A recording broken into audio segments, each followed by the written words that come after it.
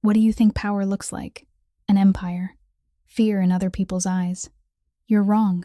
Real power is standing in a hospital corridor, covered in your wife's blood, and realizing you've failed the only person who believed you could be something more than a monster.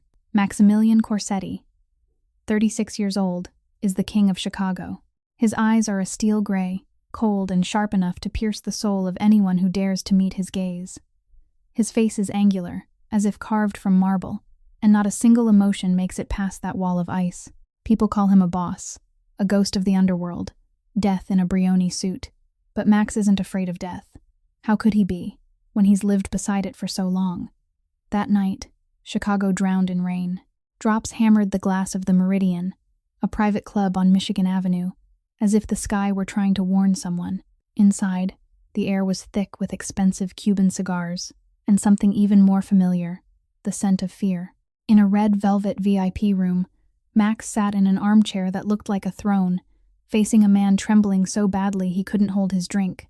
Garrett Webb, the traitor who'd transferred $2 million to the Driscoll family, the Corsettis' fiercest rivals. Max didn't shout. He didn't threaten. He simply sat there, silent, letting that silence crush Garrett from the inside out. That was how Maximilian Corsetti moved through the world. He didn't need to raise his voice to make people afraid. His presence was enough. At last, Max rose, calmly straightened the cuff of his suit jacket. He turned to Bruno Marchetti, his loyal right hand, and gave the slightest nod. Bruno understood. Bruno always understood. Max walked toward the door, leaving Garrett's pleas behind him. He didn't need to listen. He'd heard too many pleas in his life for them to mean anything anymore. Then the phone rang. 1:47 in the morning. Max glanced at the screen, his brow tightening just a fraction. A number from the Ashford estate. Only 4 people in the world had his private line. Tony, his advisor, who was standing just outside the door. His mother, who was currently in Sicily. Colette, his wife. And the estate's landline, he answered. The voice on the other end wasn't Colette. It was Wren, the young housemaid, and her voice shook so hard Max almost didn't recognize it. Sir Corsetti, please come home. She's hurting her. There's so much blood. Mrs. Corsetti, she stopped screaming. Those last 6 words, she stopped screaming. The world around Max vanished in an instant. The club, Garrett Webb, money, power. All of it became meaningless. There were only those 6 words, echoing in his head like a death knell. She's hurting her. There's so much blood. She stopped screaming. Words that turned a cold-blooded killer into a desperate husband, driving 140 miles an hour straight toward a nightmare he never saw coming. What he found when he opened that door didn't just break his heart. It ground his soul into fragments. If you want to know what happened to Colette, and whose life Max Corsetti's fury will burn to ash, hit like and share this video. Don't forget to subscribe so you won't miss the next part of the story. Max gripped the phone so hard the casing cracked. Where is she now? His voice cut through the air like a blade, icy and threatening. On the other end, Wren tried to hold back her panic and failed. Locked in the master bedroom, sir. Miss Hale is in there with her. Miss Hale. Genevieve Hale. The name tore through Max's eardrum like a bullet. He felt his blood begin to boil, yet he forced himself to stay calm. He needed more information. He needed to understand what was happening before he moved. Keep talking, Max ordered, his voice dropping into something dangerous. Wren drew a shaky breath and went on, and what she said next squeezed Max's heart until it could barely beat. Sir, Mrs. Corsetti is 7 months pregnant, and her heart condition, I'm afraid the stress will. She didn't finish the sentence, but Max didn't need to hear the rest. He understood. He understood better than anyone. Colette had a congenital heart condition, a defect she'd lived with since childhood. When she became pregnant, the doctors warned them this pregnancy was extremely dangerous. Colette's heart was fragile, not strong enough to bear the strain of carrying a child, let alone stress or injury. Dr. Harrison had been blunt with Max. If Colette suffered any major shock, her heart could fail completely. And now his wife was locked in a room with a mad woman, bleeding, no longer screaming. Max closed his eyes for 1 second, trying not to let the worst images flood his mind. But he couldn't stop them. He saw Colette, his small, gentle wife, with honey blonde hair and green eyes that always looked at him as if he were her whole world. He saw her cowering in the corner, Shielding her 7-month belly, he saw blood. So much blood. Genevieve Hale. Max opened his eyes, and in that steel-gray gaze there was no longer coldness, only hell. Genevieve was his former lover, from before he met Colette, from before this contract marriage. She was the daughter of an Illinois state senator, beautiful, seductive, and fiercely ambitious. They had a relationship, not love, just convenience for them both.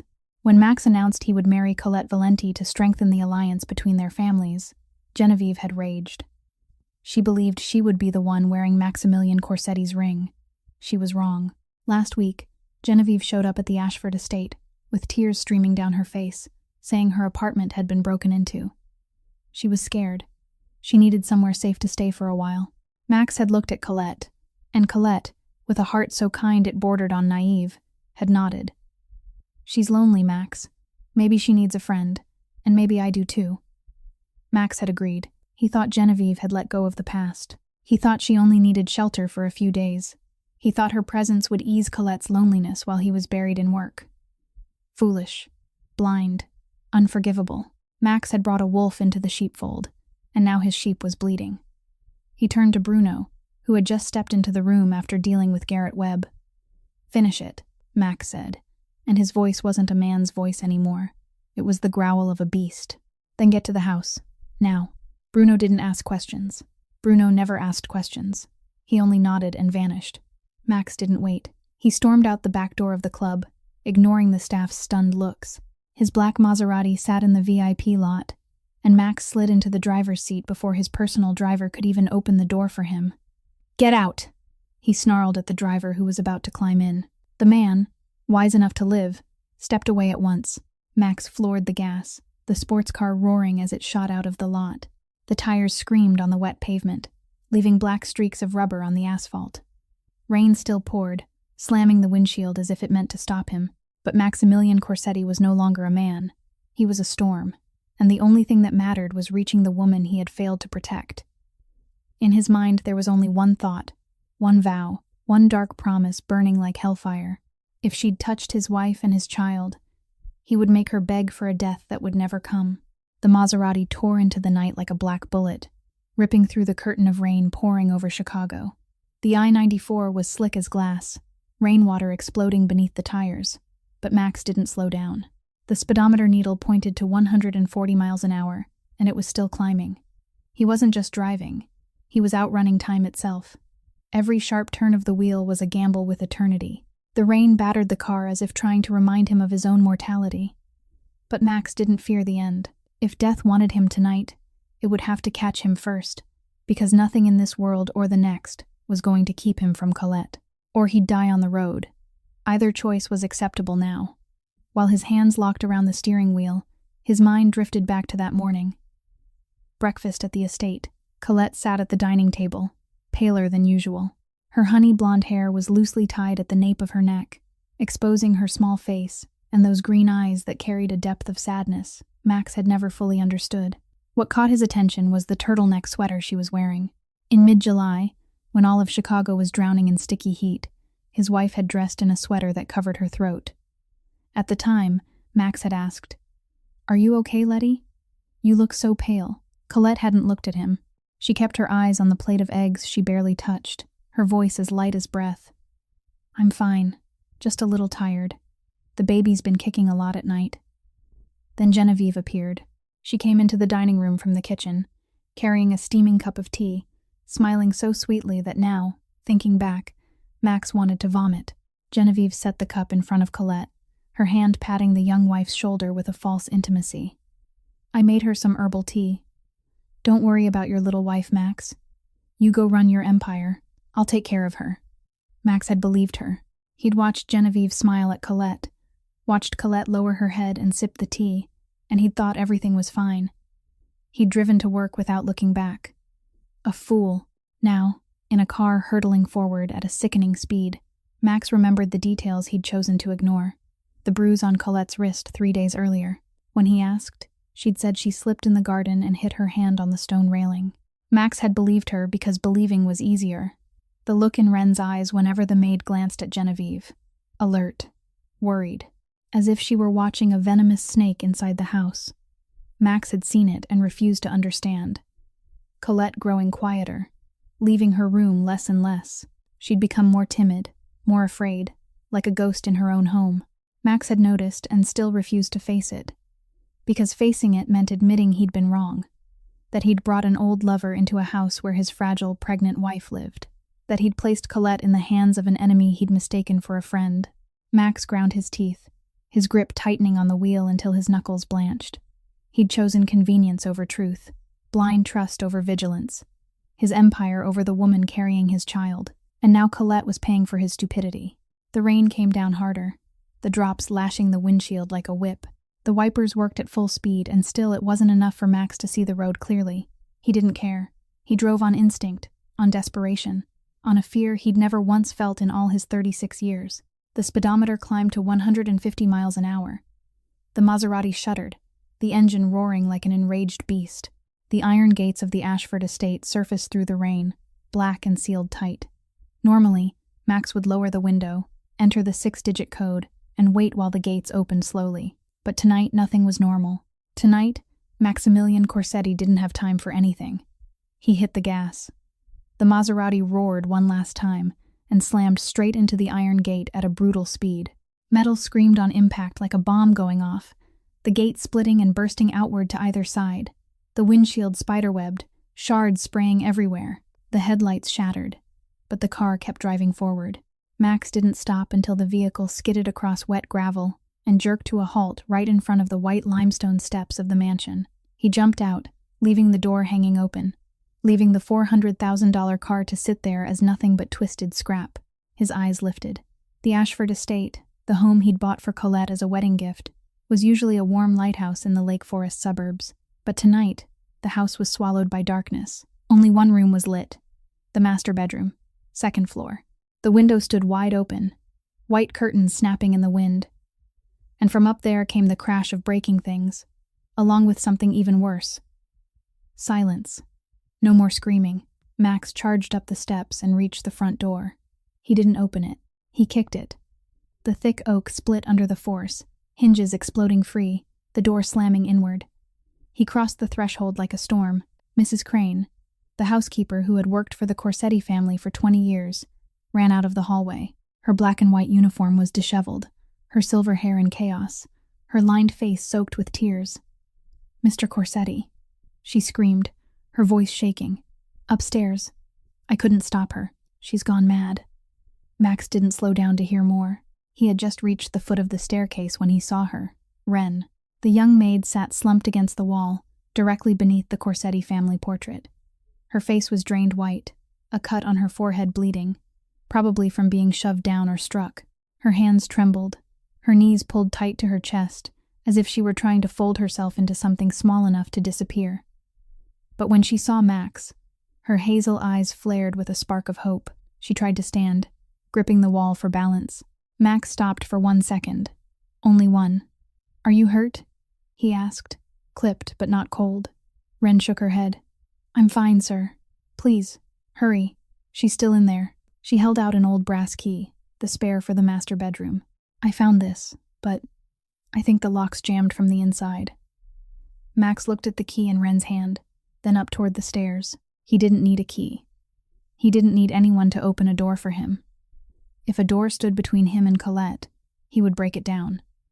That was all there was to it. "Stay here," Max ordered, his voice low and steady. "Call 911 right now. Tell them there's a pregnant woman who needs emergency help. Heart condition. Tell them to bring a defibrillator." Wren nodded, already pulling out her phone before Max finished speaking. The girl, even terrified, even bleeding, still moved with speed and resolve. Max filed that away, then turned back to the stairs. He went up, 3 steps at a time. His heart hammered like a war drum, blood roaring in his ears, yet his legs stayed steady as stone. Above, Genevieve's shrill voice spilled down, cutting through the closed door, through the night, slicing straight into Max's soul like a knife. "You think he loves you? You're nothing." Max climbed faster, step after step after step, moving toward the hell that waited for him on the other side of that door. Max stood before the master bedroom door, breathing heavy, his heart pounding against his ribs. The thick oak door loomed in front of him like a fortress wall, locked from the inside. But it wasn't the door that made the blood in his veins turn to ice. It was the sounds pushing through it. Genevieve's shrill voice, unhinged, rang out like claws scraping glass. You think he loves you? You're nothing. A contract bride from a dying family, a mare meant to breed, and you can't even keep yourself alive. Then another voice, weak, pleading. Colette's voice, the wife Max had sworn he'd protect. Please. Jenny, the baby. Don't hurt the baby. Don't hurt the baby. Not, don't hurt me. Don't hurt the baby. Even in that moment, Colette thought of her child before she thought of herself. Max didn't wait another second. He stepped back once, then drove his shoulder into the door. The first time, the door shuddered but didn't give. 100-year-old oak, hard as steel. The second time, the hinges cracked, wood splitting around the frame. The third time, Max poured every ounce of strength, every shred of fear, every surge of rage into a single blow. The door blew inward, slamming into the wall with a brutal crash. Max crossed the threshold and stopped dead. The scene in front of him looked like a painting from hell. The master bedroom, which had been neat and peaceful only this morning, now lay in ruin as if a battle had torn through it. A bedside lamp lay shattered on the floor, glass glittering under the ceiling light. The large wall mirror was split with fractures, throwing back dozens of warped reflections. The curtains had been yanked down, sprawled across the floor like a burial shroud. In the center of the room, Genevieve stood there. Her hair was wild, brown strands plastered to her sweat-soaked face. Her eyes bulged with a madness Max had never seen before. In her hand was a heavy brass candlestick, its head speckled with something Max didn't want to name. And in the corner of the room, Colette. His wife was curled on the floor, her back pressed to the wall as if she were trying to make herself as small as possible. Both arms were wrapped tight around her 7-month belly, shielding the child inside with everything she had left. Her face was wax pale, her lips ashen, each breath labored and broken. But what squeezed Max's heart until it could barely beat was her right hand. Colette was clutching her chest, not for an external wound, for her heart. Her heart was failing. The strain, the terror, the trauma, all of it had pushed her fragile heart past its limit. Her congenital heart condition was flaring now, right in front of Max. Genevieve turned toward him, her face shifting in an instant from madness to a counterfeit relief. Max, you're finally here. You see? She provoked me first. Max didn't speak. He didn't shout. He didn't have to. He simply walked toward Genevieve. Each step sounded like death knocking. Slow, steady, unstoppable. His eyes fixed on her, but there was no anger left in them, no feeling at all, only emptiness, coldness, the gaze of a man who'd decided her fate, and that fate was worse than death. For the first time, Genevieve was afraid, truly afraid.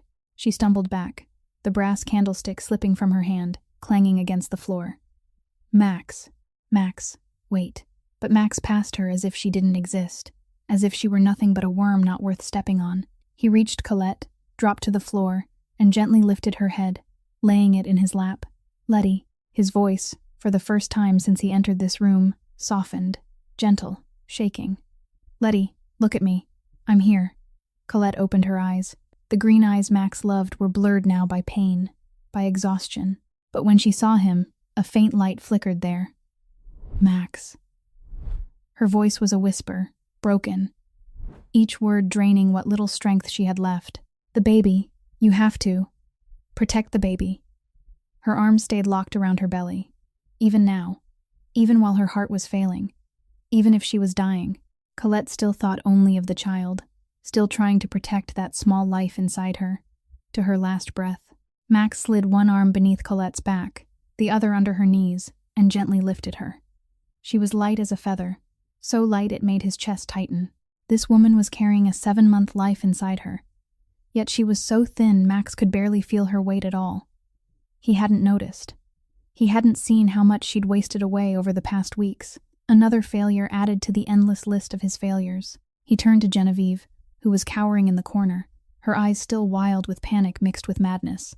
Stay where you are, Max said, his voice without emotion, calm, as if he were giving an order to a dog, not the calm of restraint.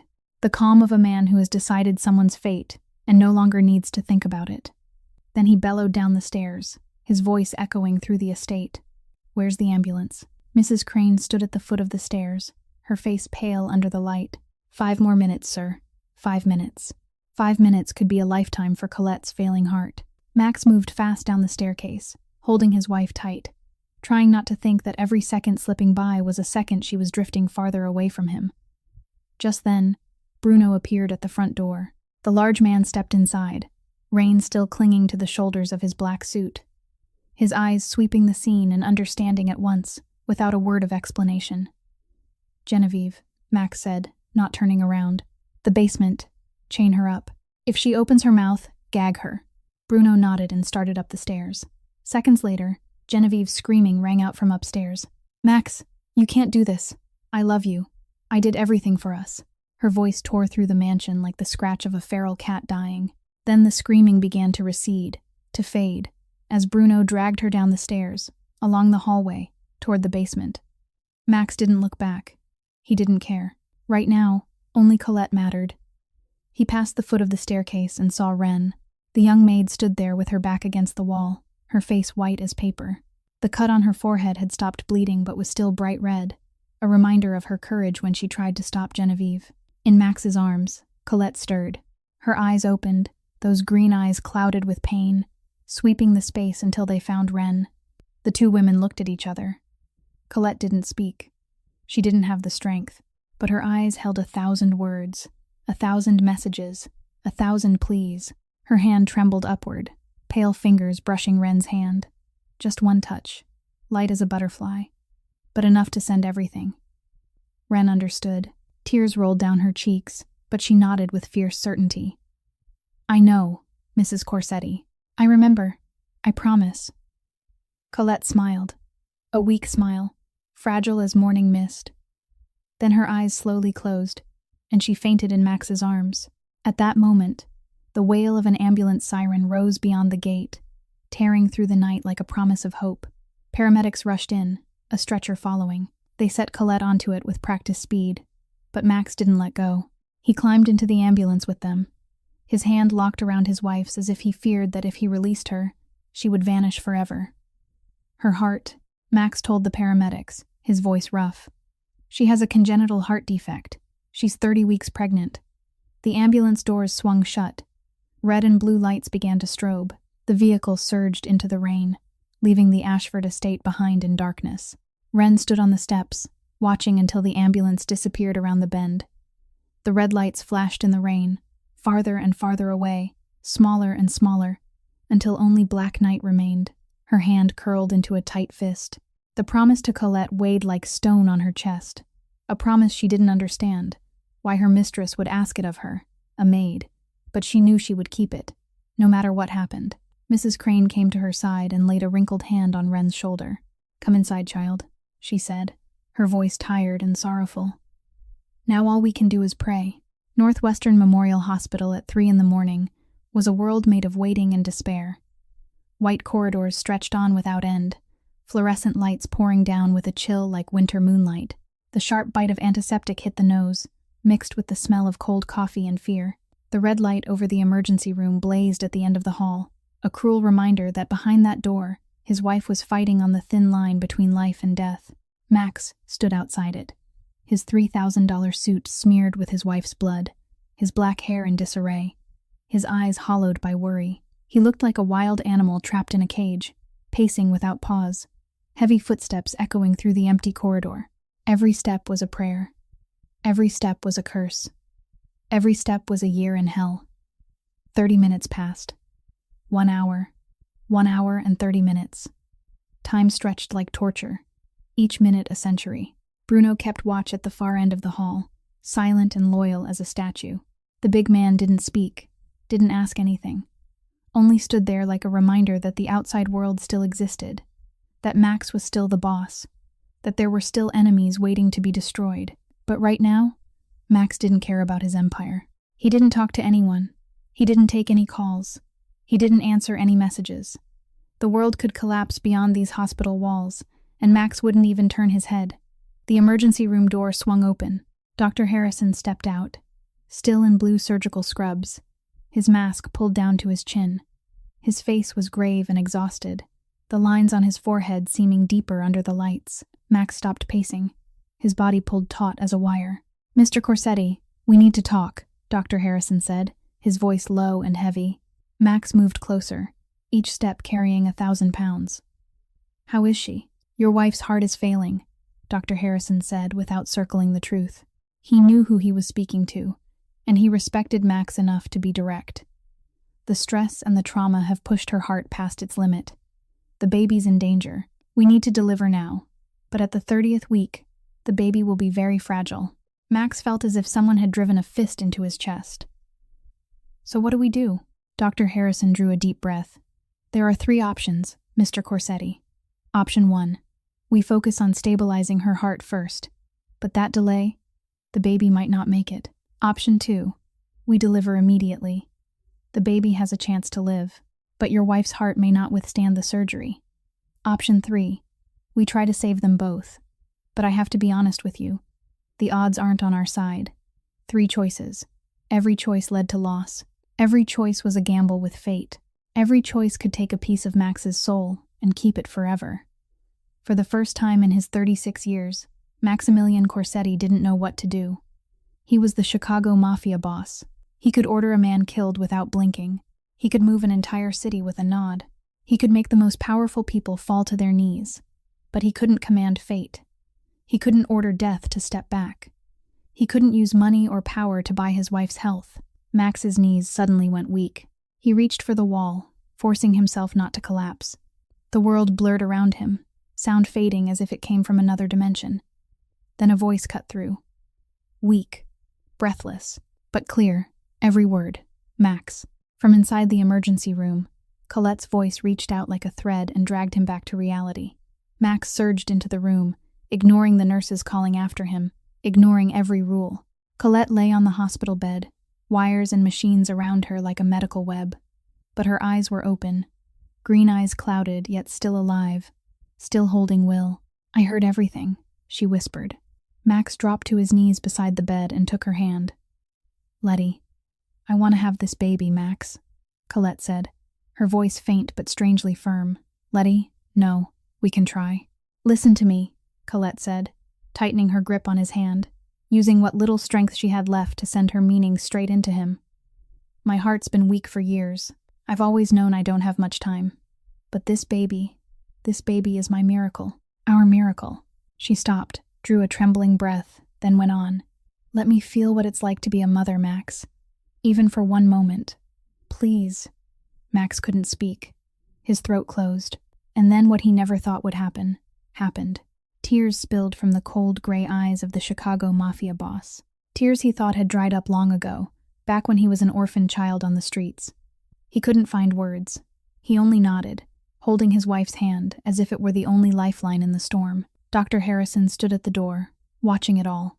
"We'll do everything we can, Mrs. Corsetti," he said, his voice softening. Colette smiled, a weak smile, yet peaceful in a way that didn't make sense and still did. "I know you will, Doctor."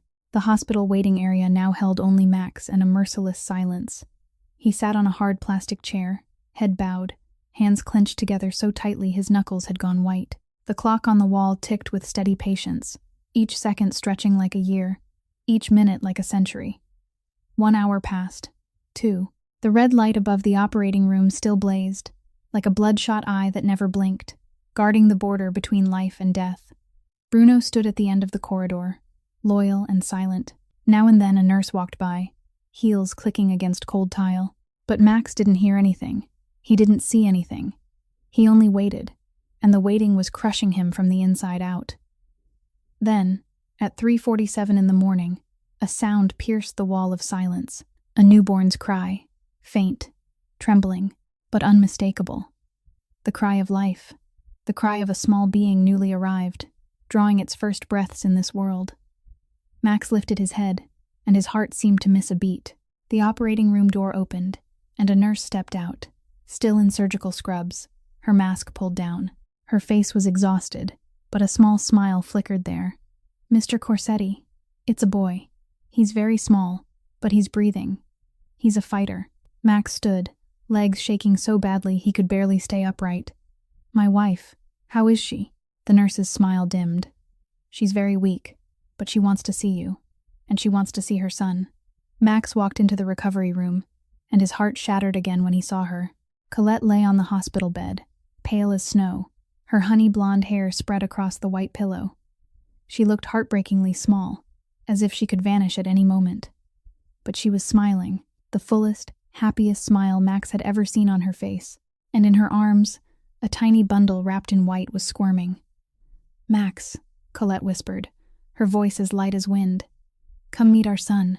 Max stepped to the bedside, and his knees touched the floor without him noticing. He looked at the baby, so small it didn't seem real. A few wisps of black hair like his on the tiny head, a little face with a little nose and rosy lips moving softly, eyes closed tight, as if the baby were sleeping the most peaceful dream. "He's so little," Max whispered, his voice breaking. "He's perfect," Colette said, her eyes shining. "He has your jaw, and my mother's nose." Then Colette turned to the nurse, her voice weak but still clear.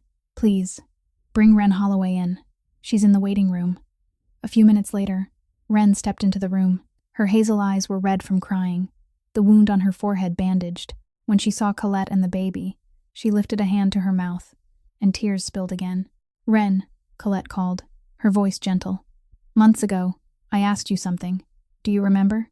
Wren dropped to her knees beside the bed, her hands shaking as she took Colette's hand. "You asked me to take care of your baby, if anything happened to you." Colette nodded. "I'm asking again, not as your mistress, as your friend." She paused, drawing a difficult breath. "Wren, please, be his mother when I can't. Love him the way I would love him. Protect him the way I would protect him." "Mrs. Corsetti, you'll be all right. You have to. Promise me, Wren." Colette cut in, her voice firm despite its weakness. Tears streamed down Wren's cheeks. "I promise. I swear on my life." Colette smiled, then turned to Max. "Max, come closer." He bent down until his forehead touched hers, so close he could feel her faint breath against his cheek. "Don't blame yourself," Colette whispered. "This was my choice, my gift to you. Don't let the darkness swallow you. Our son needs his father. Promise me you'll live. For him. And Max, let Wren help you. She has the kindest heart. Trust her." Max couldn't speak. He only nodded, tears falling onto Colette's cheek. "His name," Colette said, her voice growing weaker. "I want to name him Theodore. Theo. It means a gift from God, because that's what he is. Our gift." She bent down and kissed Theo's forehead one last time, her lips lingering on his soft skin, her breath drawing in his scent as if she meant to carve it into her soul. Then she lifted her gaze and looked at Max with green eyes that were slowly dimming. But there was no fear in them, only love and peace. "Thank you, Max, for everything, for giving me a family," she smiled. The most peaceful smile Max had ever seen. Then her eyes slowly closed, her hand relaxed. The baby in her arms stirred softly, as if sensing something shifting. The monitor began to sound. Steady, a single unbroken tone. 5:23 in the morning. Colette Valenti Corsetti died with a smile on her lips, her son in her arms, her husband gripping her hand until it turned cold. Max stood motionless beside his wife's bed, watching Colette's face grow cold. He didn't cry, he didn't speak, he didn't move. Like a stone statue carved from pain, only his eyes remained alive, and in those eyes lived an entire hell. Nurses and doctors moved in and out, offering condolences Max didn't hear. They asked about procedures, about paperwork, about things that were more meaningless now than anything in the world. Max didn't answer. He only stood there, staring at the woman who had given him everything, the woman he had failed to protect. In the corner of the room, Theo's thin, fragile cry rose and then faded as nurses moved with practiced urgency. At 30 weeks, his lungs were not ready for the world. They placed him in a transport incubator, wires and sensors quickly covering his tiny frame before whisking him away to the NICU. Wren watched him go, her heart breaking as she realized the boy had lost his mother's warmth before he even truly felt it. She glanced at Max, anxious, wanting to say something and not daring. She knew that in this moment, no words could reach that man. He was somewhere she couldn't touch. Suddenly, Max turned and walked out of the room. Not a word, not a glance. only the heavy sound of his footsteps echoing along the hospital corridor. Bruno, who had been waiting outside through the long night, moved at once to follow. "Boss, where are you going?" "The basement," Max replied, his voice dead, as if it belonged to a corpse. "Genevieve is waiting for me." The basement of the Ashford estate was cold and damp, the smell of earth and old concrete mixing into an air that felt hard to breathe. A single ceiling bulb lit the room, throwing strange shadows against the walls. Genevieve sat there, chained to a heavy wooden chair. Her brown hair was a mess, mascara smeared across her hollow face after a night of terror. When the basement door opened and Max stepped in, she lifted her head, and her eyes flared with frantic hope. "Max, thank God. Listen to me. This isn't my fault. She provoked me first." Max didn't speak. He dragged another wooden chair over, placed it across from Genevieve, and sat down. Then he only looked at her, silent. Not a single word, not a single expression. Only steel-gray eyes, cutting straight through Genevieve's soul. 1 minute passed in silence. 2. 5. The silence was heavier than any threat, more terrifying than any scream. Genevieve began to shake. Little by little, her confidence shattered beneath Max's empty gaze. "Max," she whispered, her voice trembling. "Say something, please." At last, Max spoke. "My wife is dead." 4 words, but they dropped like bombs, exploding in the air. Genevieve went pale. I didn't mean to. My son will grow up without a mother," Max continued, his voice even, as if reading a death sentence. "Because of you." Genevieve panicked, words spilling out like a flood. She would have died anyway. Her heart was weak. Max raised one hand. A small gesture, nothing more. But Genevieve fell silent at once, as if someone had crushed her throat. "Who told you to do this?" Max asked, his voice a whisper, dangerous as venom. "What? You're not smart enough to plan this yourself. Who gave you the idea? Who told you I'd come back to you if Colette disappeared?" Genevieve shook her head wildly. "No one. Max stood and stepped closer. Each footfall sounded like a drumbeat of fate. He leaned down until his face was inches from hers, his eyes like 2 deep black pits. "I'll ask one more time," he whispered, cold breath against Genevieve's skin. "And if you lie, Bruno here has very creative methods." Genevieve broke. Tears and mucus, everything running together as she sobbed. "Your uncle, Taddeo. He came to see me. He said if the Valenti girl disappeared, you'd need a new alliance. He said he'd make me Mrs. Corsetti. He promised." Max straightened. His face didn't change, but his hands clenched so hard his nails cut into his palms. Taddeo. His own uncle. The man who had held him when he was small. The man who had taught him to hold a gun for the first time. The man who had stood beside him when his father died. A traitor. "Thank you, Genevieve," Max said, his calm turning sickeningly quiet. "That's all I needed." He turned away and walked to the door. "Bruno, contact the Volkov brothers in Moscow. They've been asking for new stock." Genevieve understood her fate in an instant. Whatever waited for her in Moscow was 1,000 times worse than death. She began to scream, thrashing wildly in her chains. "No, Max, please, I'll do anything. Anything." Max didn't turn back. "You wanted to be Mrs. Corsetti," he said, his voice cold as ice. "Now you'll be nothing. Not even a memory." Genevieve's screams chased them as Bruno dragged her away, echoing through the dark basement. Then the screams faded, farther and farther, until only dead silence remained.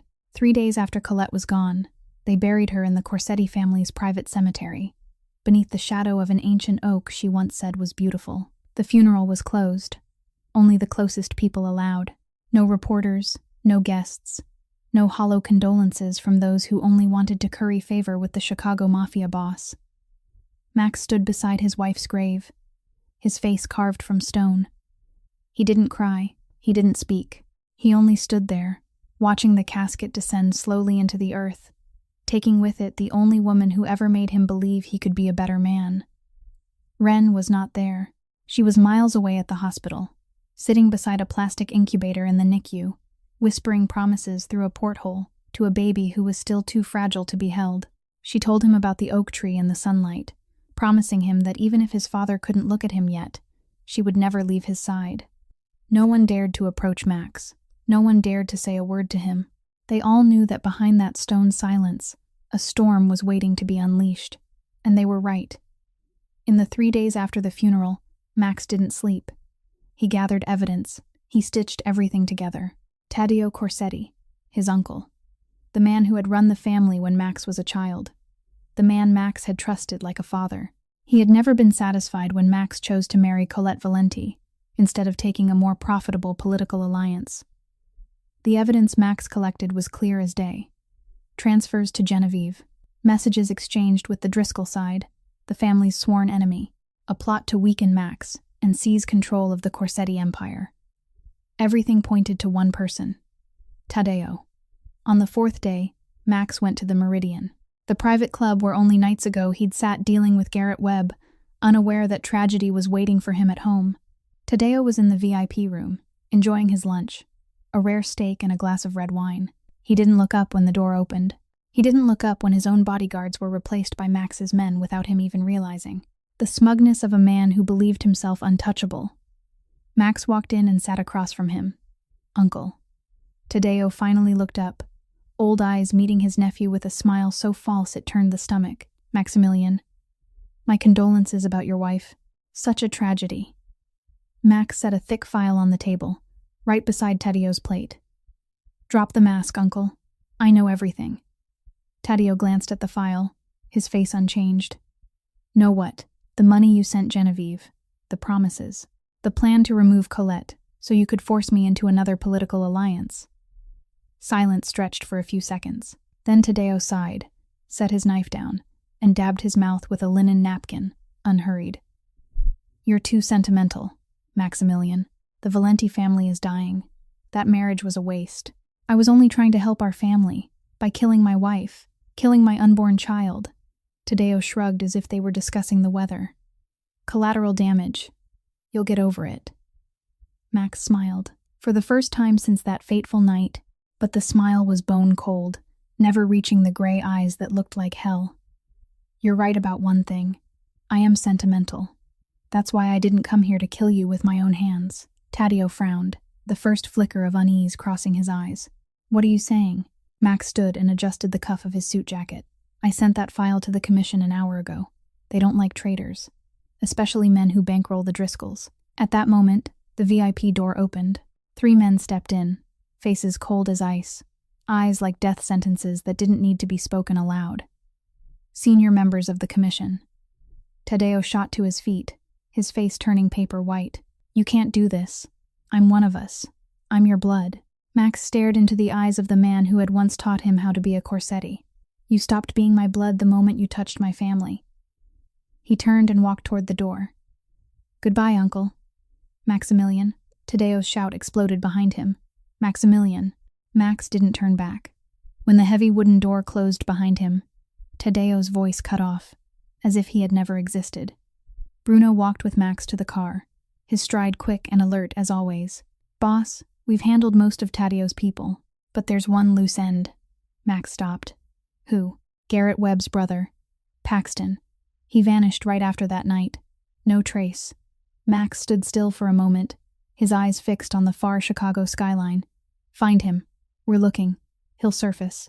Max got into the car, but before he shut the door, he added, his voice cold as ice. Make sure he surfaces on our terms. Before he surfaces on his. 2 months had passed since the commission dealt with Taddeo. 3 weeks since Genevieve vanished into the shadows of Moscow, where she would pay for her crime in ways worse than death. The vengeance was done, but Max didn't feel any better. The hollow in his chest hadn't been filled with an enemy's blood. It had only grown deeper, darker, colder, like a black hole swallowing everything, even light, even hope, even him. The Ashford estate, once filled with Colette's laughter, now sank into darkness and silence. Max locked himself in his study from morning to night, from night to morning. The curtains stayed drawn, sunlight not allowed to enter. There was only the weak glow of the desk lamp and the laptop screen he didn't even look at. Whiskey became breakfast, lunch, dinner, bottle after bottle, and still it was never enough to numb the pain, never enough to bring him sleep. Because every time he closed his eyes, he saw her. Colette curled in the corner of a room, arms around her belly, green eyes pleading. Colette in the hospital bed, smiling as she named their child, Colette closing her eyes for the last time, with that peaceful smile he didn't deserve to witness. But the thing Max feared most, the thing he avoided like a curse, was the nursery. Every time he passed that white-painted door, he turned his face away and quickened his steps. Theo's cries drifted out, thin and needy, demanding attention, demanding love. But to Max, those cries were knives carving into his chest, because every time he thought of his son, he saw Colette dying to bring him into the world. If he hadn't married her, she would still be alive. If he hadn't let her get pregnant, she would still be alive. His son existed, and his wife was dead. That was the truth, a brutal truth he didn't know how to face. While Max sank into darkness, Ren carried everything alone. She moved into the small room beside the nursery, so she could hear Theo whenever he needed her.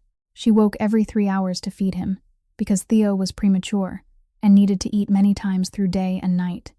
She changed diapers. She bathed him with gentle hands, careful down to the smallest detail. She sang lullabies, the song Colette used to sing, the one Ren had memorized from nights sitting beside her mistress before the tragedy. Her voice wasn't as lovely as Colette's, but Theo still slept, maybe because he could feel the love in every note.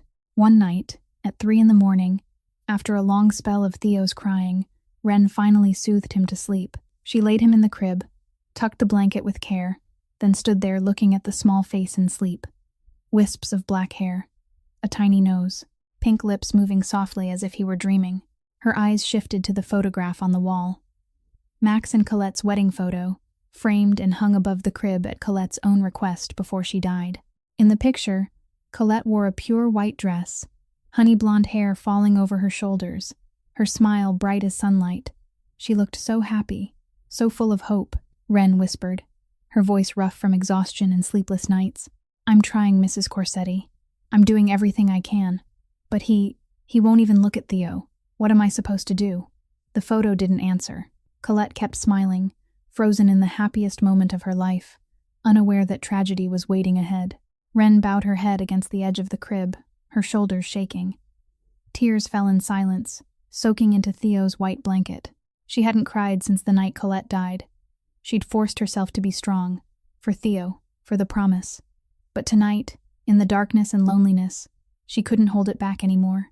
The next morning, Mrs. Crane saw Ren coming down the stairs with dark circles beneath her eyes and a hollow look in her face. The young woman had grown noticeably thinner over the past 3 weeks, her clothes starting to hang loose on her frame.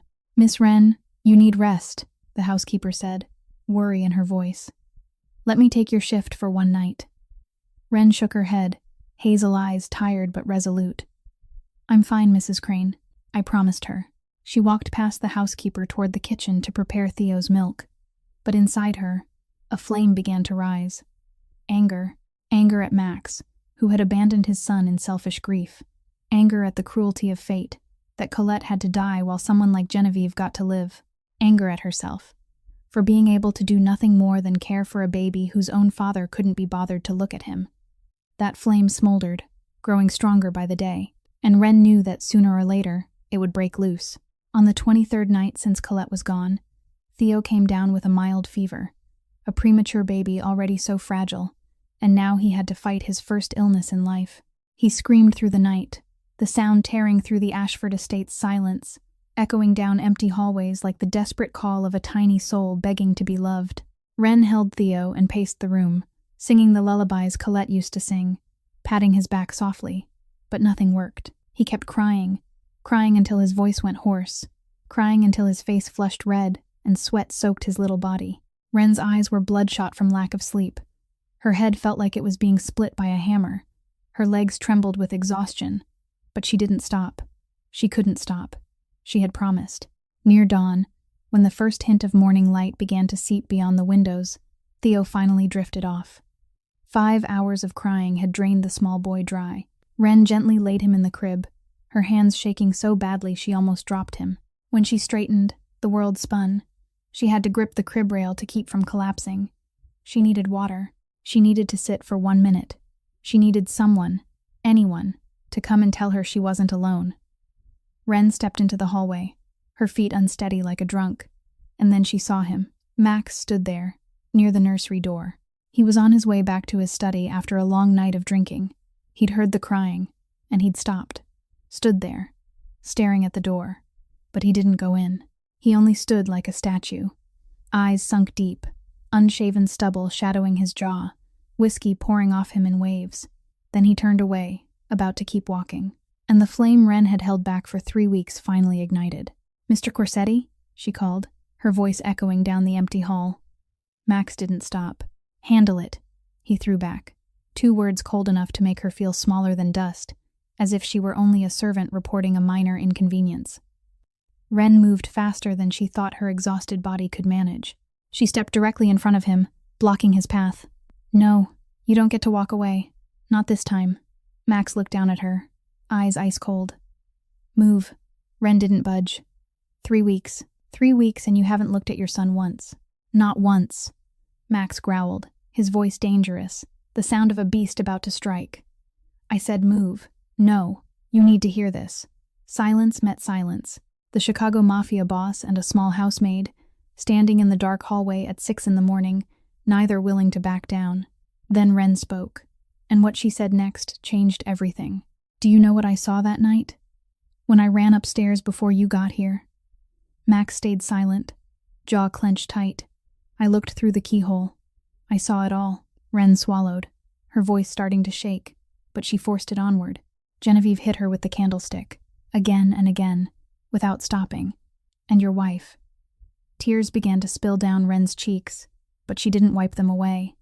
She didn't fight back, Mr. Corsetti. She didn't cover her head. She didn't try to run. She curled into a ball and used her whole body to shield her belly. She took every blow. For that boy. For Theo. That's how much she loved her son. "And you won't even look at him." Max moved like lightning. His hand closed around Wren's wrist, hard, almost painful, eyes burning with rage. "You think I don't know. You think I don't see it every time I close my eyes. Every time I look at that door, I see her dying, because of me." Wren didn't flinch. She stared straight into that fire, unafraid, unshaken, then stopped seeing her die, start seeing her live. She lived for that boy, Mr. Corsetti. She chose to die so he could live. She asked you for one thing, one single thing. Live for him. Be his father. And you're so busy drowning in guilt you can't keep that one promise. Max let go of Wren as if her skin had burned him. He staggered back, his spine striking the wall. Then he slid down slowly. The most powerful Mafia boss in Chicago sank onto the hallway floor, head bowed, shoulders shaking. "I can't." His voice came out raw, shattered. "Every time I think about that boy, I see her choosing him over herself. I see her dying because she wanted to be a mother more than she wanted to live. How am I supposed to look at him without hating myself?" Wren knelt in front of him, her voice gentler now, but still steady as steel. "You don't have to stop hating yourself, Mr. Corsetti. You have to love him more than that hatred. That's what she would want. That's what it means to be a father." She rose, looking down at the man breaking at her feet. "Theo is asleep, but he'll wake soon. He always does. The question is, when he opens his eyes, will his father be there?" Wren walked away, leaving Max alone in the hallway's darkness, with her words ringing in his head like an unending bell. That night, after Wren walked away, Max didn't go back to the study right away. He sat sprawled on the hallway floor for a long time, his back against the cold wall, his head bowed onto his knees. At last, he stood, his feet heavy as he walked toward the familiar room where he'd imprisoned himself for 3 weeks. The study was swallowed in darkness. Max didn't turn on the light. He sank into the leather chair he knew too well, reached for the whiskey, poured a full glass. But he didn't drink. The amber liquor sat motionless in his hand, moonlight slipping through the gap in the curtains and glinting off the surface like an eye staring straight at him. Wren's words kept ringing in his head, unending, relentless, like a bell that wouldn't stop. She lived for that boy. Love him more than you hate yourself. When he opens his eyes, will his father be there? Max closed his eyes, but the darkness behind his lids brought no peace. Only Colette, as always. But this time he didn't see her curled in a corner with pleading eyes. He saw her on the hospital bed, Theo in her arms, smiling with that quiet peace. He heard her voice, a whisper gentle as wind. "Don't let the darkness swallow you. Our son needs his father." At 2 in the morning, A cry drifted from the nursery. Not as fierce as the night before, just small hiccups of sound, thin and weak. As if the baby no longer had the strength to cry loudly. As if he'd grown used to crying, and no one coming. Max sat up straight, the whiskey glass tipping in his hand, liquor spilling onto the desk without him caring. He listened, waiting for Wren's footsteps the way he always did, but there were no footsteps. She was exhausted after a night battling Theo's fever. At last, she'd fallen asleep. The crying continued. Faint, alone, desperate, and before Max could think, his feet were already moving. Through the dark hallway, past the family portraits he couldn't bring himself to look at, to the white-painted door he'd avoided for 23 days. He stood there a long time. His hand rested on the cold brass knob, but he didn't turn it. His heart hammered, cold sweat rising on his brow. Behind this door was the son he'd refused to face. Behind this door was the reason his wife had chosen death. Behind this door was all the pain and guilt he didn't know how to carry. The cry came again, weaker now, as if it were fading out, and Max turned the knob. The room was filled with moonlight from the window, laying a soft silver veil over everything. The white crib stood in the center like a small island in a sea of light, and on the wall, Colette's wedding photograph looked down, her green eyes seeming to follow every step, as if she'd been waiting for this moment. Max walked to the crib, and for the first time in 23 days, he looked at his son, truly looked. Theo lay there, his face flushed from crying, tears still clinging to his cheeks, wisps of black hair on his head, like Max, a tiny nose, like Colette's mother in the old photographs. His little hand gripped the rail as if he were trying to hold on to something in this strange world. Sensing someone near, Theo stopped crying. His eyes opened slowly, and Max stopped breathing. Those eyes, green, clear, wet with tears, exactly like Colette's, as if she were looking at him through their son's gaze. Max stood there, pinned in place, unable to move, unable to think. Theo stared up at the unfamiliar man standing over the crib. Not Wren, who always came when he cried. Someone else. Someone the baby had never seen. But Theo didn't cry harder. The hiccups stopped, green eyes blinking, watching. And then, for no reason at all, the baby smiled. A newborn's unknowing smile. Just the corners of the mouth lifting, eyes narrowing slightly. There was no meaning in that smile, but to Max, it was the whole world. His hand trembled as it reached into the crib, sliding beneath that small body. And for the first time, he lifted his son. The baby was lighter than he could believe, warm, soft, alive, a tiny heart beating beneath thin cloth, steady and strong. Theo stopped crying completely. He settled his head against Max's chest, right where Max's own heart was pounding, as if that was where he'd always belonged. Max looked at him, and this time, he didn't see Colette dying. He saw her living, in these green eyes, in that small smile, in the gentle breath warming his chest. Colette hadn't vanished. She was here, in their son, in the small life she'd traded her own to bring into the world. Tears fell. For the first time since the night Colette died, Max cried, not held back, not hidden. Tears slid down his cheeks and fell onto Theo's black hair. He held the baby to his chest, lips trembling, whispering the words he owed his son for 23 days. "I'm sorry, my boy. I'm sorry. I'm here. I'm not going anywhere. I promise. I promise your mother. I promise you." Outside the door, a figure stood in silence. Wren had woken when she no longer heard Theo crying, worry driving her to the nursery to check. But she stopped at the threshold when she saw the scene. Max stood there with his child in his arms, tears quietly running down the face that had once been stone cold.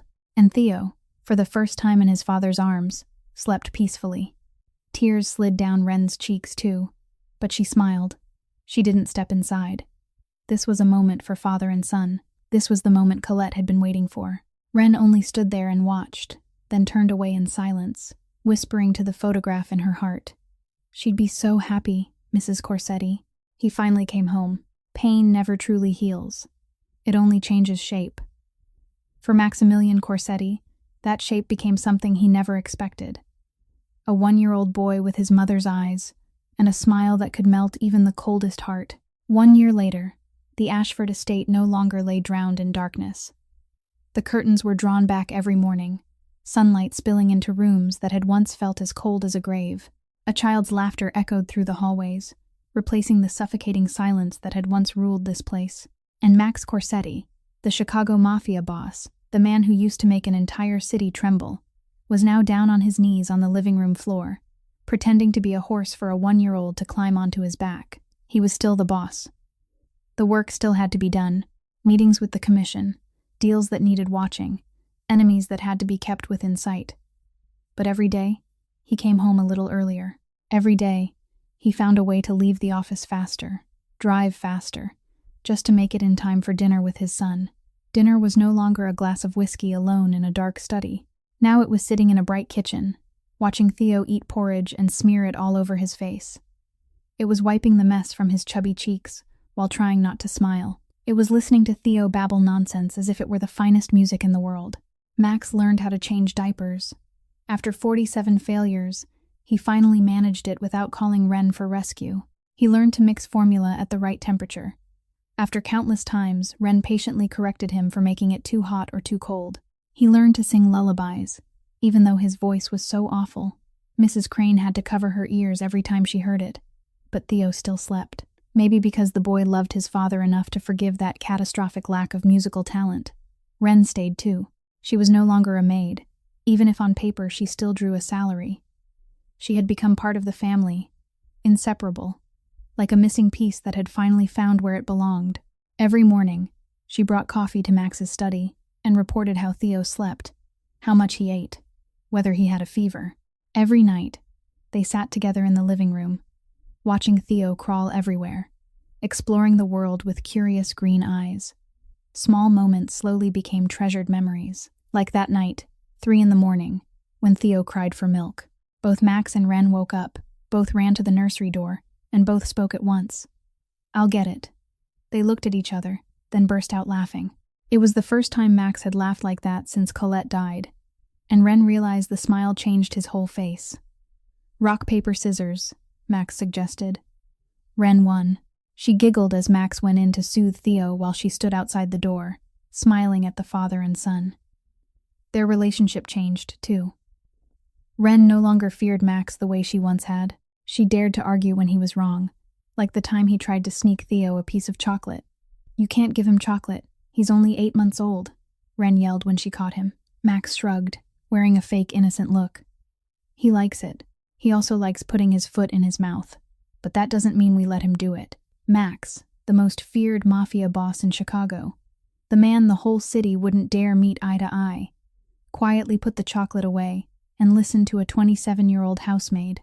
Colette's photograph was still there, in Theo's room, in the living room, on Max's desk.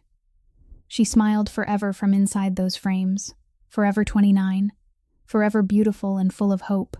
Sometimes, when he thought no one could hear, Max spoke to the photograph. "The little guy stood up today, Letty. You should have seen his face. I'm proud." He fell, then got right back up, just like you. Once, Ren heard him by accident. She stood outside the door, her chest tightening with feeling, tears sliding down in silence. Theo's first birthday arrived on a bright sunny day. The Ashford estate filled with blue and white balloons, Colette's favorite colors. A teddy bear cake Ren had ordered from the best bakery in Chicago. The guest list was small. Only family, Bruno, Mrs. Crane, and a few people they trusted most. But the warmth in the air was richer than any lavish party. Theo could toddle now, crooked, unsteady steps, but full of determination. He babbled his first words, imperfect, but enough to melt everyone's heart. "Da, da," the boy pointed at Max, green eyes shining. When. He turned and pointed at Ren, trying to say her name, but his baby tongue couldn't quite manage it. Ren laughed and lifted him up while Max stood beside the cake. Mrs. Crane raised the camera. "Smile, everyone." Click. The moment froze. The 3 of them stood there by the cake, by the balloons, smiles on their faces. They looked like a real family. After the party, after the guests were gone, after Mrs. Crane had finished cleaning, Max and Ren sat on the porch, watching the sun sink toward the horizon. Theo slept heavily in Max's arms, his face still smeared with a little frosting. "Thank you," Max said, his voice low and sincere. "For everything. For staying." Ren blushed and lowered her gaze. "I promised." "No," Max cut her off, gentle but firm. You've done more than keep a promise. You saved the boy. You saved me. Their eyes met. 1 second. 2. The sunset washed over Wren's face, turning her hazel eyes the color of honey. Something shifted in the air. A tremor. A connection. A promise that didn't need words. But neither of them spoke again. Not yet. They only sat there in silence, watching the sun go down, with a sleeping child between them, with Colette's photograph smiling from the living room as if blessing it all. A few days before Theo's birthday, Bruno walked into Max's office with a face so grave, Max knew at once something was wrong. For the past year, everything had been quiet. Too quiet. And Max, with the instincts of a Mafia boss who had survived more underground wars than most men could imagine, knew quiet never lasted forever. Boss, we've got a problem, Bruno said, his voice low and tight. Max set his pen down and looked up. What problem? Paxton Driscoll. He's back in Chicago. Max shot to his feet, the swivel chair rolling back. Paxton Driscoll, Garrett Webb's brother, the man Max had ordered handled on that fateful night a year ago. The man who had vanished without a trace after that, slipping past every attempt Max made to find him. Where is he? Max asked, his voice sharp as a blade. We don't know exactly, but our source says he's gathering people. Tadeo's old men. A few loyal to the Driscolls. What does he want? Bruno paused a beat before answering. Revenge. For his brother. Max turned and stared out the window, eyes fixed toward Lake Forest, where the Ashford estate sat quiet beneath the late afternoon sun, where Theo was playing, where Wren was preparing dinner. Double security at the house, Max ordered, his voice cold as ice. I want eyes on Theo and Wren 24/7. Already done, boss. Max nodded, but his jaw stayed clenched. He won't touch my family. Not again. 3 days after Theo's birthday, on a beautiful afternoon, Max had an important meeting with the commission downtown. Bruno went with him, because this was the kind of meeting the head of security couldn't miss. The Ashford estate was guarded by 4 men, more than usual, all of them the most trusted. Wren took Theo out to the backyard at 4 in the afternoon. The weather was perfect. Warm golden sun, a light breeze carrying the scent of flowers from the garden Colette once tended. The 1-year-old loved watching blossoms and butterflies, loved crawling through the grass and trying to grab at insects drifting past. Wren sat nearby, watching him, letting herself taste a moment of peace. In the kitchen, Mrs. Crane was preparing dinner, the smell of food floating through the house. Everything was calm. Too calm. Then everything changed. Pft, pft. Suppressed gunshots, so small they were almost nothing. But Wren heard them. She snapped her head up and saw one of the guards fall in the distant grass, a red bloom spreading from his chest. Pft, pft. 2 more. 2 more guards dropped. Then the 4th. A dead silence settled over the garden. Wren didn't think. Survival instinct and her promise to Colette ignited at the same time, driving her into motion before her mind could fully understand what was happening. She snatched Theo up, clutched him tight to her chest, and ran. Across the lawn, through the back door, lock it, up the stairs, into the nursery, lock it. Her hands shook as she pulled out her phone and called Max. He answered instantly, as if he already knew.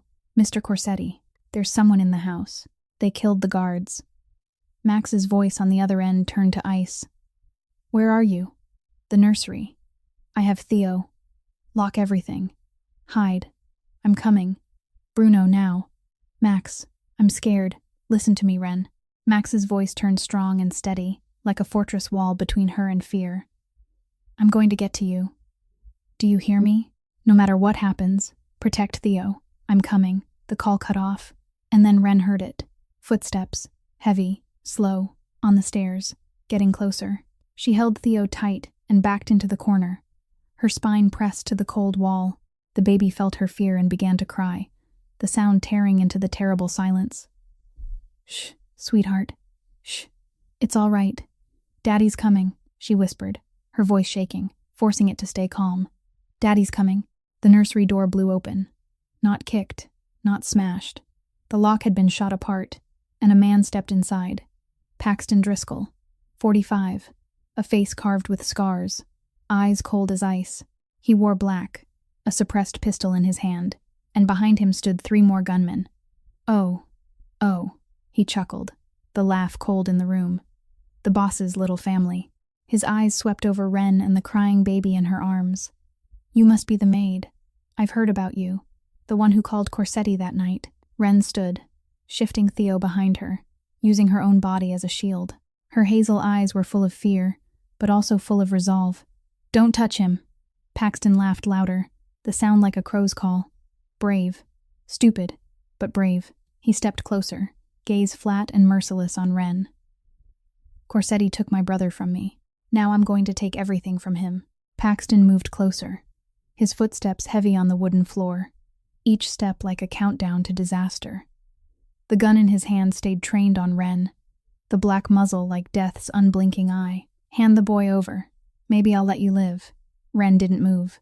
She stood there, spine straight, Theo in her arms, hazel eyes locked on the man threatening their lives. You'll have to step over my body. Paxton shrugged, indifferent, as if she'd said something boring. That can be arranged. Ren knew she needed time. Max was on his way. He'd said he'd come. She just needed a few more minutes, only long enough for him to get here. Why are you doing this? She asked, her voice trembling slightly even as she forced it steady. Killing a child won't bring your brother back. Paxton tilted his head, his cold eyes studying her the way you'd study a pitiful insect. No, but it'll make Corsetti suffer. The way I suffered. He laughed, dry and bitter. Do you know what it feels like? Getting a call that tells you your brother's dead? Knowing the man who killed him is living in silk with a happy wife and kid. I waited a year for this moment. A year planning. A year gathering men. And now, he didn't get to finish. Noise cut in from below. Gunfire. Shouting. Bodies colliding. Max and Bruno had arrived. Paxton heard it, and his face changed. There wasn't time. Change of plan. He snarled, striding toward Ren. Before she could react, he grabbed her by the hair and yanked her into him as a shield. The gun pressed to her temple, cold metal biting into skin. With his other hand, he drew a second pistol and aimed it at Theo, crying on the floor where he'd fallen when Paxton ripped Ren away. Max appeared in the doorway at that exact moment. His eyes took in the scene in a fraction of a second, and Ren saw something in his gaze that made her afraid and hopeful at the same time. Madness, desperation, a determination ready to burn the whole world down to save the people he loved. Behind Max, Bruno and 4 more men filled the hall, guns raised. Paxton's men downstairs had been dropped, but Paxton was still standing. And he had hostages. Drop your guns, Paxton screamed, hauling Ren tighter, the muzzle grinding harder into her temple. Or they both die. Max lifted a hand, signaling Bruno and the others to stop. This is between us, Driscoll. Let them go. No. Paxton laughed, wild. You took my brother. Now you watch. He angled the second gun toward Theo, the baby on the floor sobbing, not understanding any of it, only afraid, only calling with meaningless sounds. Goodbye, Corsetti, he said. Ren saw Paxton's finger tighten on the trigger. Time slowed. She saw Theo on the floor, green eyes flooded with tears, eyes like Colette's, the baby she'd sworn to protect, the baby she'd come to love like her own. She didn't think. Her body moved before her mind could catch up. She tore herself sideways with everything she had, slipping out of Paxton's grip for a heartbeat. He wasn't ready for it, and he lost his balance for a single second. That second was all Ren needed. She lunged for Theo and threw herself over him, using her body as a shield, covering him with everything she had. The gunshot cracked. Pain, like a steel fist heated red-hot slamming into her shoulder. Ren hit the floor, still wrapped over Theo, her body shielding him completely. Blood, warm and wet, began to soak through her clothes. At the same instant, Bruno fired. One shot, clean. Paxton dropped, the gun slipping from his hand, cold eyes staring up at the ceiling. The remaining gunmen were taken down in an instant. The room went silent, except for Theo's crying, the terrified sound of a child who didn't know what had just happened. Ren. Max rushed forward, fell to his knees beside her, his hands shaking as they touched her. Ren lay on the floor, face drained white, but her arms still locked around Theo. The baby wasn't hurt. Not a scratch. She'd covered him perfectly, but her shoulder was bleeding hard, spreading across the wood, dark red and terrifying. Ren opened her eyes and looked up at Max. Her hazel eyes were dimming from pain and blood loss, but she tried to smile. The baby. Is Theo okay? Max scooped Theo up, checked him fast. Theo was crying, but he wasn't hurt. He's okay. He's okay because of you. Ren let out a breath, a weak smile flickering on her pale lips. Good. I kept my promise. Her eyes slid shut. Her body went slack. She passed out from blood loss. Call an ambulance. Now. Max roared, his voice breaking with panic. Bruno's already called, his voice calm but urgent, as he gave the address and described her condition. Max held Ren's hand, gripping tight, refusing to let go. That small hand was turning colder, and it felt like his heart was being crushed. Don't, he whispered, his voice gone rough. Don't you dare die in front of me, Ren. Don't you dare. Northwestern Memorial Hospital again. The same familiar white corridors. The same bright red light over the operating room. The same hard plastic chairs, cold and unforgiving. But this time, something was different. Max sat there, but he wasn't alone.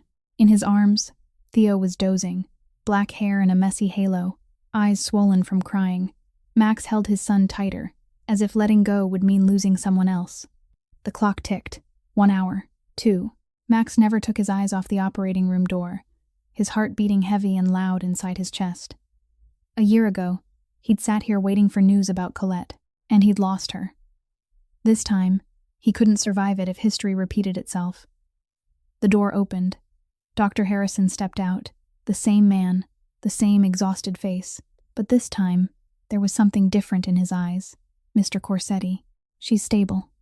The bullet went through her shoulder, missed the artery. She's very lucky. Max let out a breath as if 1,000 pounds had been lifted off him.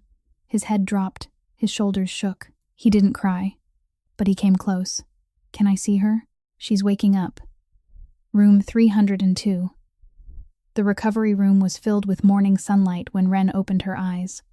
A white ceiling. The familiar sting of antiseptic. Her shoulder ached, but she was alive. She was alive. The first person she saw wasn't Max. It was Theo. The 1-year-old sat on the hospital bed right beside her, green eyes red and puffy from crying, cheeks soaked with tears. When he saw Ren open her eyes, he didn't smile. He cried louder. And then he spoke. Mama. Mama not dead. Mama. Mama. He called her Mama. Not when like before. Mama. Tears overflowed in Ren's eyes. She lifted her uninjured hand, pulled Theo into her arms, and held him tight. She kissed his soft black hair, tears falling onto his head. Mama's okay, sweetheart. Mama's here. Mama isn't going anywhere. Mama promises. Max stood in the doorway. He'd been there already, watching everything. When Theo called Ren Mama, Max's chest didn't hurt the way he thought it would. It warmed, as if some part of Colette was smiling somewhere, blessing this moment. He walked in, sat beside the bed, and looked at Ren and Theo. He called you Mama. Ren looked up, hazel eyes full of worry. I didn't teach him that. He just... I know, Max said, his voice gentle. It's okay. Ren shook her head, tears still sliding. I'm sorry. I didn't mean to replace. Ren, Max cut her off, gentle but firm. Colette asked you to be his mother. She chose you. And Theo chose you too. He paused, then went on. I think she'd be happy if she could see this. Silence settled over the room. Ren looked at Max, tears still falling. Max looked back, and in those eyes, for the first time, there was no darkness, only warmth, softness, life. Max reached out and took Ren's hand. You almost died for him. For us. I'd do it again if I had to, Ren said without hesitation. I know. That's why. Max paused, choosing his words carefully. Stay, Ren. Don't go. I'm not going anywhere. No. I mean, Max looked straight into her eyes, honest enough that Ren felt her heart miss a beat. Stay. Not as a maid. Not as a nanny. Just stay. With us. With me. Ren drew a trembling breath. Max, I'm not asking for an answer right now. I know it's too soon. I know I'm a mess, but I want you to know this. Your family, Ren. You've been family for a long time. And no matter what happens, I want you beside me, Ren smiled. Even with her shoulder still burning, even with tears still falling. She squeezed his hand. I'm not going anywhere, Max. I promise. 2 weeks later, the Ashford estate. Wren had recovered, her shoulder still bandaged, but she could walk again. She wasn't in the maid's room anymore. Max had moved her into the room right next to Theo's. Closer, safer, like family. That evening, Max came home early as usual. He walked into the dining room and saw Wren feeding Theo. The boy had porridge all over his face, grinning wide, green eyes bright. When Theo saw Max, he squealed, "Dada, Dada home." Then he turned to Wren. "Mama, Dada home," calling both of them. Naturally, as if it were the most obvious thing in the world, Max stood there, watching. He didn't speak. He only smiled. A rare smile, but real. Then he walked over, sat down beside them, and joined the family dinner. On the living room wall, Colette's photograph was still there. She smiled forever inside the frame, green eyes gentle as if she were witnessing it all, as if she were saying, "I knew it. I always knew." Maximilian Corsetti had once been the king of Chicago, a man who didn't fear death. But he'd learned that real power wasn't an empire or fear in other people's eyes. Real power was having someone willing to bleed for you, and having someone worth living for. Colette had given him a child. Wren had given him a reason to keep going. And maybe, just maybe, this was what Colette had known from the beginning, when she asked that small housemaid to promise she'd care for her family. This story doesn't end. It's only beginning. Thank you for listening all the way to the end of today's story. We hope Max, Wren, and baby Theo's journey touched your heart the way it touched ours when we told it. This story gives us many precious lessons about life. That true love doesn't always come from where we expect it. That family isn't only defined by blood, but by the people willing to sacrifice for one another. That even in the deepest darkness, there's always light if we dare to open our hearts and accept it. And most importantly, that keeping a promise to the dead isn't a burden. It's how we keep their love alive forever. We'd love to know how this story made you feel. Did you see yourself in Wren, the one who kept her promise even in danger? Or in Max, the one who learned to open his heart after loss? Share your thoughts in the comments below. We read every comment, and we treasure every heartfelt share. If this story moved you, please hit like and share the video with the people you love. Don't forget to subscribe and turn on notifications so you don't miss new emotional stories every day. We sincerely thank you. We wish everyone watching this video abundant health, a joyful life, a happy family, and peace in every day. Goodbye, and we'll see you in the next video.